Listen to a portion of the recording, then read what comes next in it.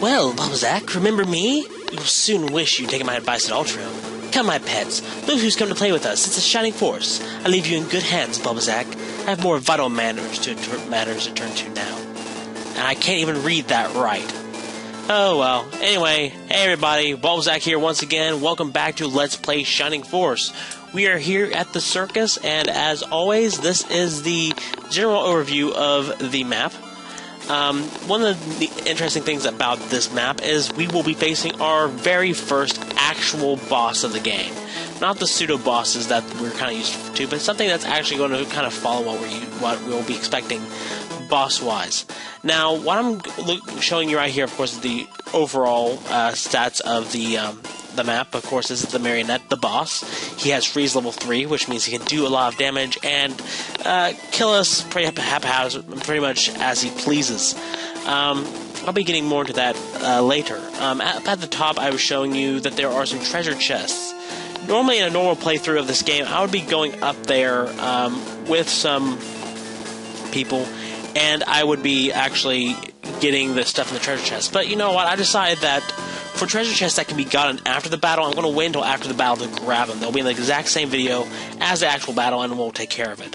Now, the first thing you want to do when you start this is to take care of the puppets. The evil puppet especially, because as I showed earlier, this evil puppet has freeze level 1, which means he can do a lot of damage. He's the biggest threat. Mannequins are a little more powerful as far as attack, but it's the evil puppet you have to watch out for. So go over, deal with them as quickly as possible. Evil puppet is, of course, like I said, it is especially important that you deal with the evil puppet and kill the evil puppet as soon as you possibly can. Right now, I'm in a really bad position because as soon as the evil puppet takes his turn, he can cast freeze level 1 and that'll be it. Now, the good thing is puppets are, because they're made of wood, they're really weak against blaze, which means blaze will actually do some more damage. So instead of like the 7 or 8 or whatever, it'll do, it's not much of an increase, but you can definitely tell it is a worthwhile increase that does more, in fact, more damage. So we're going to get rid of this mannequin here, so I can have more of a straight shot to get to that evil puppet. I'm going to have to heal my main guy soon anyway. One thing I'm going to check with Anri is I checked to see if this mannequin is worth hitting. Of course, again, I'm going to hit this mannequin with Blaze to actually do as much damage as I possibly can. So, coming up is something that I actually wondered. It kind of took me for a surprise. Took me by surprise when I actually was playing this, and that's the evil puppet. He could have stayed right there, used freeze level 1, and killed me. That would have been the end of the battle. Instead, he decides to go and attack me physically, which is actually weaker, and allow me to survive. I have no idea why he did that. It's kind of strange. It's not the optimal move, but, you know, I'll take it. Anyway, here we have our newest addition to the Force, Arthur. Arthur's an interesting character. I'll just say that. He is pretty weak for this stage of the game. In fact, I really don't use Arthur, but he has a few quirks that I just thought I'd mention just from some personal experience I've had with Arthur before, and also some things I have read up. Arthur is a very weak knight. He will do very little damage to anything right now. He'll be very hard to level up in general. But there are a few things that you'll notice. As you actually would level him up, you'll actually notice that he starts to gain a low MP during his levels. A strange thing about that is what happens is if you level him up enough, and I actually have tried this at least once, he will gain each of the basic elemental spells. Level 1 of them. So we'll get level 1 Blaze, level 1 Freeze, and level 1 Bolt, which we will not be seeing for a few chapters. He doesn't get much magic, so you can't really... He's not much of a spellcaster, but it's really interesting that he gets those. Something I did not know, I guess, is that if you take the time to level him up, and you actually promote him, I think he becomes let's see, I think he becomes a paladin. I think that's the step after night. He'll actually get really, really good stats and become the best paladin in the game. He won't have much to speak of health-wise. He won't have the best health in the game, unlike Ken, but he will be one of the more powerful paladins in the game and probably will be the best paladin in the game. I did not know that. The problem is, he's kind of hard to level up. And it's kind of, again, that risk-reward thing I like about this game series. And in a lot of ways, it reminds me of Shining Force 2. There's a character in Shining Force 2 by the name of Slade. He's a thief in the game. He's really, really hard. He does very low damage. He's hard, incredibly hard to level up. However, if you take the time to level him up and promote him, it takes, instead of being able to promote them at level 10 in that game, it takes getting to level 20, which means it takes a lot longer to level him up. Then what happens is Slade ends up being promoted to a ninja, and he ends up being one of the best characters in the game. In fact, getting one of the best weapons in the game, which would allow him to periodically get one-shot kills on anything. And if and when I do Shining Force 2, I will, of course, delve more into that. But it's kind of the same thing with Arthur here, is here you have a character that is very, very weak. A character that most people would not put in their force. In fact, I don't know whether I'm going to do anything with him in this playthrough or not. It depends on what you guys think, if you guys want me to keep him in the force or not. But normally and typically, I don't even use him. And the thing is, if you actually go out of your way to promote him, to actually level him up, he has potential to become one of the best characters in the game. And that's what I love about this game. It has that sense of risk and reward that I love so much. So there we are. There's a few facts about Arthur. I'll probably be talking about him more and more, about my strategies regarding him as we continue on. But yeah, there's Arthur for now. Now, one thing I'm doing right now is I'm kind of preparing at the bottom because there are these giant bats. And instead of going, sometimes I would go up and deal with them on the main stage, but I decided I would actually deal with them near the bottom this time, deal with the giant bats, and then move up. Mainly just to get them out of the way, so I can deal with one thing at a time, because I don't want to really deal with the puppets and the giant bats at the same time. And that's kind of why I'm lining them up. Unfortunately, the puppets don't feel the same. They're going to come down and play. And again, I don't know why he didn't cast Freeze level 1. No clue. So, yeah, that's all I'm really doing is I'm kind of lining up my people up and preparing to take on the giant bats, which actually shouldn't be much of a problem. The giant bats really, at this point, are not that big of a threat. They never really were much of a threat, but the time of them being a nuisance is long gone. So, between them and the puppets, I would actually focus on the puppets. That's just me. So, there's going to be something coming up with the giant bats that will be, I can't wait to get into. But, I think this was one of the battles that I had most of the more WTF moments than I think I've ever had playing this game, going, what just happened? Because there were just some things I didn't expect, and if I would have known that I would have done this in one shot, this would have been perfect to live commentate. Because I seriously had no clue what was going on. Now, good thing for Luke is he got that evil puppet down to 1 HP.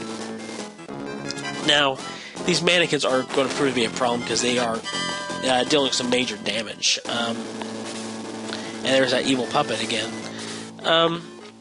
But here's a few interesting things that make him get Khris somewhere where but I don't know why I'm putting him behind my main character like this. I considered healing Hans there, but I figured I'd try to move Hans out of the way,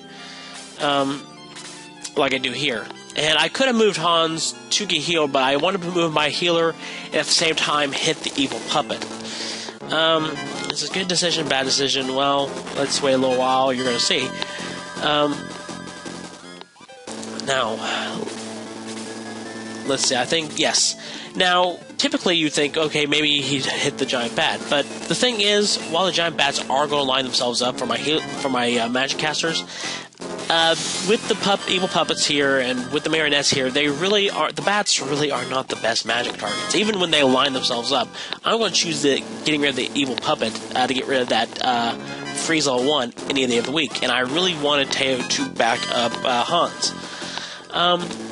I think it was a terrific decision. It really helped experience-wise, and while she could have cast magic on the bat, like I said, is really not that big a problem at this point, and you can kind of let your main character, let your fighting characters take care of them. Now, I want to leave the evil puppet for either a healer or a magic caster, so that they can get some more experience with it being at 1 HP. So I'm just going to have Ken take care of the marionette there. And because of that, again, I could have Anri cast magic on the giant bats, but this evil puppet is at 1 HP. And hitting the evil puppet, and that would give me, I believe it gives me more experience than if I would have cast magic. So I wanted Anri to get that hit in to level her up, I can't speak, and get more experience as soon as I possibly can. Now, typically, I wouldn't really be healing Hans at this point because he isn't at my healing threshold. But I just felt it was wise to heal him at this point because he's really close as an evil puppet, and I really do not want to lose him. Here's something that surprised me. I didn't think the mannequin would do this much damage. He hits twice in a row, which really, really hurts Ken. That really surprised me, doing 14 amounts of damage. But then watch what I do to the giant bat. Yeah, that's right. What the mannequin did to Ken, I did to the giant bat. That was again one of those what the crap just happened moments. I thought it was really interesting. Interesting there is like I'm the mannequin of our group. Go figure. Thankfully, the evil puppet. I was kind of worried there for Teo, but the evil puppet didn't do as much damage as I thought he might.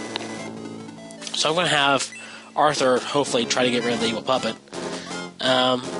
Of course, Arthur can't hit the broadside of a barn, so there's that. Another reason why it's really difficult to level him up. So now it's just a matter of clearing things out, so try to kill the giant bat. Not going to work. So, yeah. Definitely need to get Ken healed. Now, some things you may have noticed, it's been a while since I've updated my channel, and it's been a while since the one thing that I talked about in the last battle. That's been taken care of. The thing is, I'm doing a lot more videos now, and I'm trying to juggle all these things. It's very difficult to juggle all these things. I am not only making videos for my channel, I'm making videos for Unreal Arcade. I am streaming for Unreal Arcade. I am writing articles for Unreal Arcade, as well as I have a part-time, I have a little tutoring job, as well as looking up regular work. And other stuff I don't even want to get into. It's stressful, and I'm trying to balance things out. To be honest, this should have been up yesterday, but maybe not even yesterday, but Tuesday, and for whatever reason, I just didn't want to do the voice recording for it at that time. If I can record some of the stuff ahead of time and edit it, that would be fine. But this, just because it requires the post commentary sometimes, it's a little bit more stressful. I don't mind playing the game, doing the commentary sometimes, not so much. So we are cleaning up the puppets, which is great because that means the battle is almost done. So it's just a matter of making sure everybody is healed up and stuff, and taking care of that. Now, I was kind of concerned about Luke because of how much damage the mannequin did to Ken, but obviously Luke is made up of tougher stuff than Ken. Go figure. So there we go. Arthur is not doing as bad as I thought he would. I wish he'd get more hits in because that's more experience for him. But sometimes, what are you going to do? It's just taking care of this. So I am moving Ken in a way so he can get healed and taking care of the mannequin, and then it's just a matter of moving up and doing that. Moving up slowly because we want to kind of tease the dire clowns, I believe they're called, down to us instead of just rushing in. Because remember, the marionette has Freeze level 3. Freeze level 3 is not only a multi-hit spell, it also has a wider range, bigger range, excuse me, than Freeze level 2. In fact, the freeze spells have a larger attack range than the blaze spells do.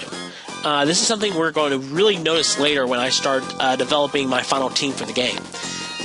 It's something that I'm really going to bring out when we talk about the final boss, because it's very important.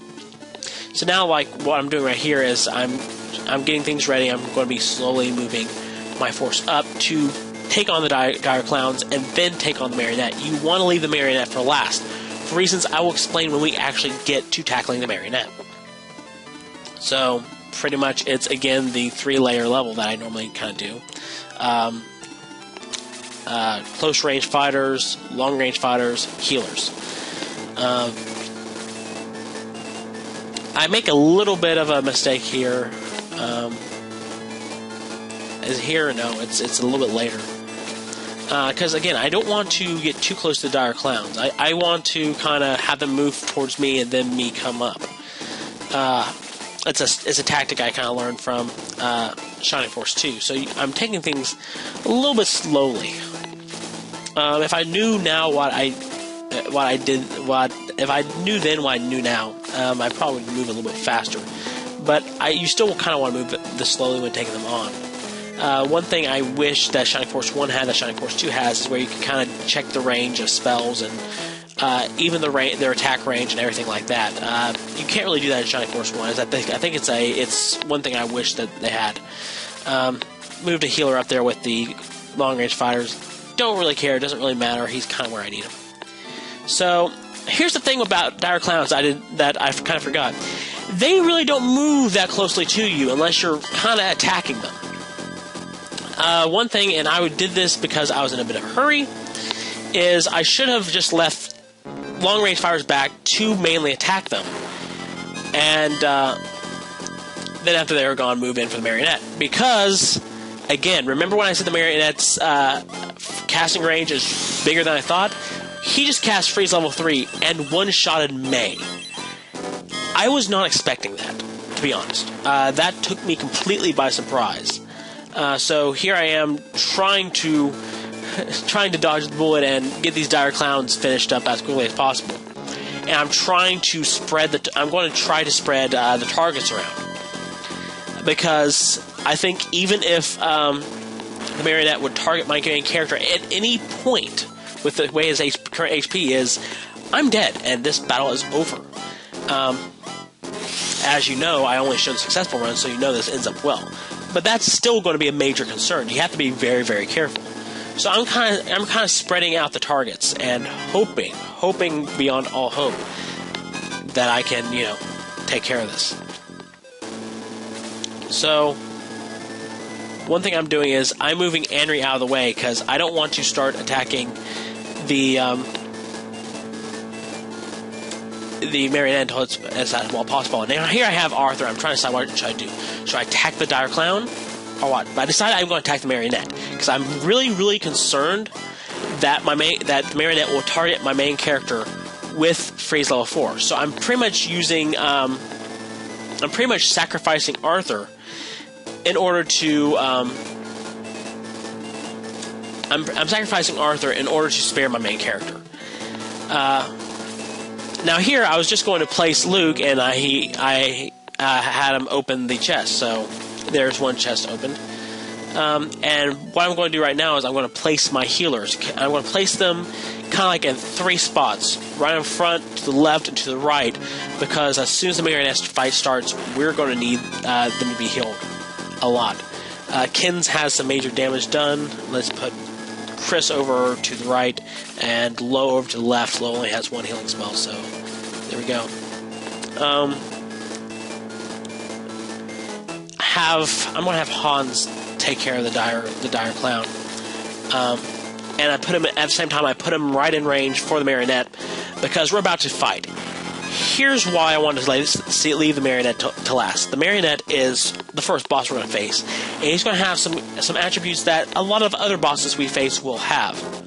One of those attributes is not only does he have an an unknown amount of MP. Later we'll get bosses that have an unknown amount of HP. But he heals. You have to hit him with everything you have as quickly as you possibly can. Because if not, he will heal, and there goes your open opportunities. So you have to pretty much line everything up. So I'm hitting with everything I have. I'm hitting with my best close range fighters, long range fighters, having healers on the side ready to take him on. He has a little bit of magic immunity, which is why Blaze was not doing as much. That's why I'm going to have Teo hit him with Blaze level 2. Again, hit him with everything you have. Because the fact of the matter is, he's going to shrug it off. You have to do constant damage, because if you don't, if you're even lackluster for a tiny bit, then it's over. He will kill you. He will absolutely murder you. So you have to make sure that he goes down.